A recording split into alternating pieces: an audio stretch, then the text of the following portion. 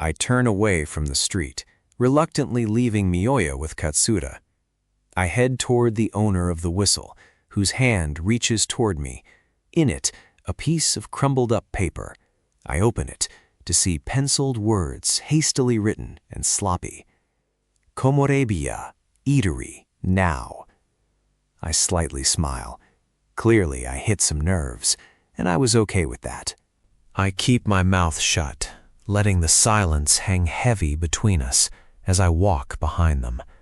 My hands, still tingling from the phantom sensation of Miyoya's touch, I clenched my fist, holding on to the memory.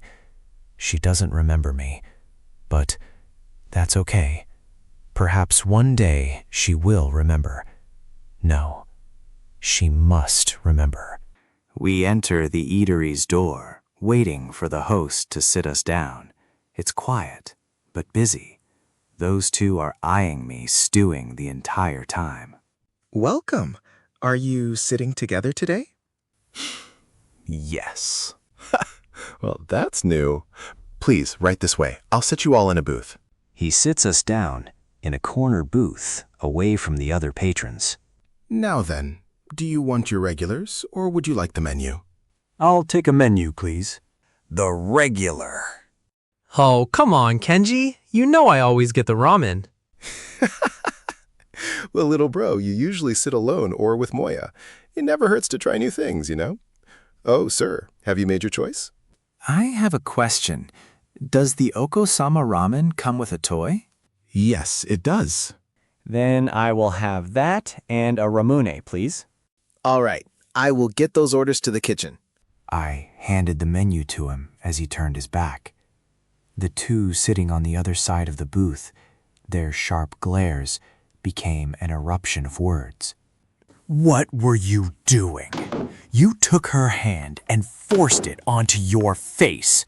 I've spent years protecting my Moya from creeps like you, and you just grabbed her, knowing all too well we were there watching. What are you playing at?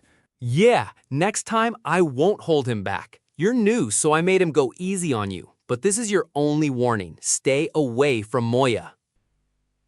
Relax, Soma. Hoshino, it wasn't as deep as you think.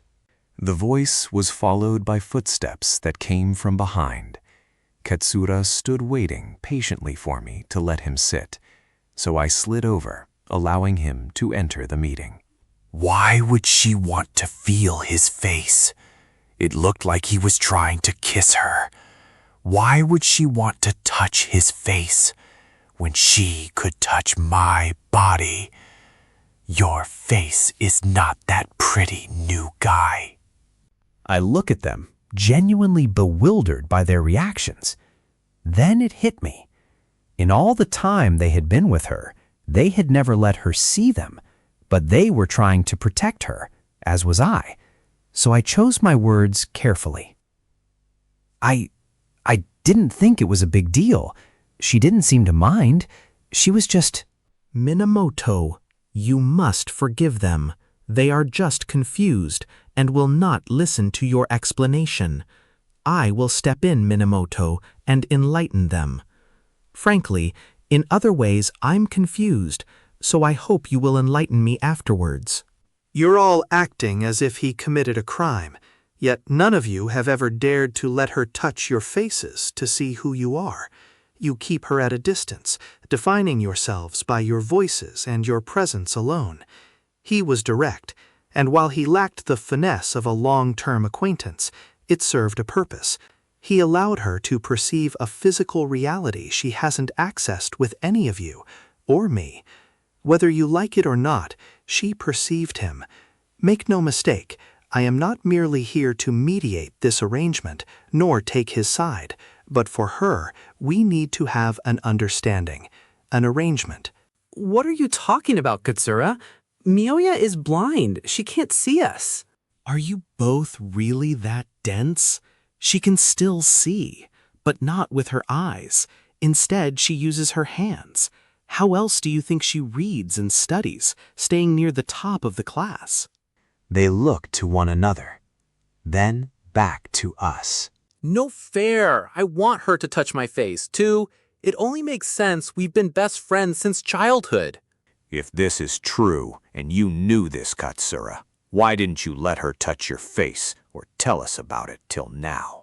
Because, to me, I was waiting, hoping that she would ask on her own. But it's been a year, and she can barely touch my sleeve.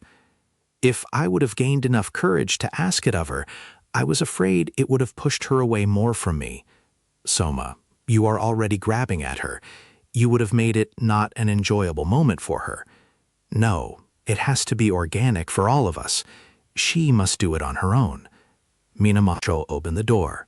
We just have to now wait and be ready to allow her to. I look to their eyes, still flaring, but cooling. I finally feel like I can speak. Katsura, you said arrangement earlier. May I ask what you mean by arrangement? As I've said, I have been with her a year, watching her, studying her, reading all I can on blindness. I see the closeness she has with Hoshino, the understanding and patience she has with Soma, the new strength she found with you, Minamoto. But if we can't get our acts together, she will be lost after this year. I have spoken with her mother and father privately. Her mother is intending to keep her home after this year. She does not see Tachibana as capable to continue her studies alone, and I wish to change that. I know each of us have feelings for her, but if we fight and argue, it will only put Tachibana in a deeper darkness. So I came up with a plan, an arrangement. We all become friends, no fighting in front of her, and we all do everything together. We all help Moya. So that's it then. We all want time with her. We make a pact. We are friends in front of her. Same amount of time for everyone. No dating. If one of us goes somewhere, we all go. Any event, any outing, anytime. No fighting in front of her. We show her a united front to help Miyoya. I like it.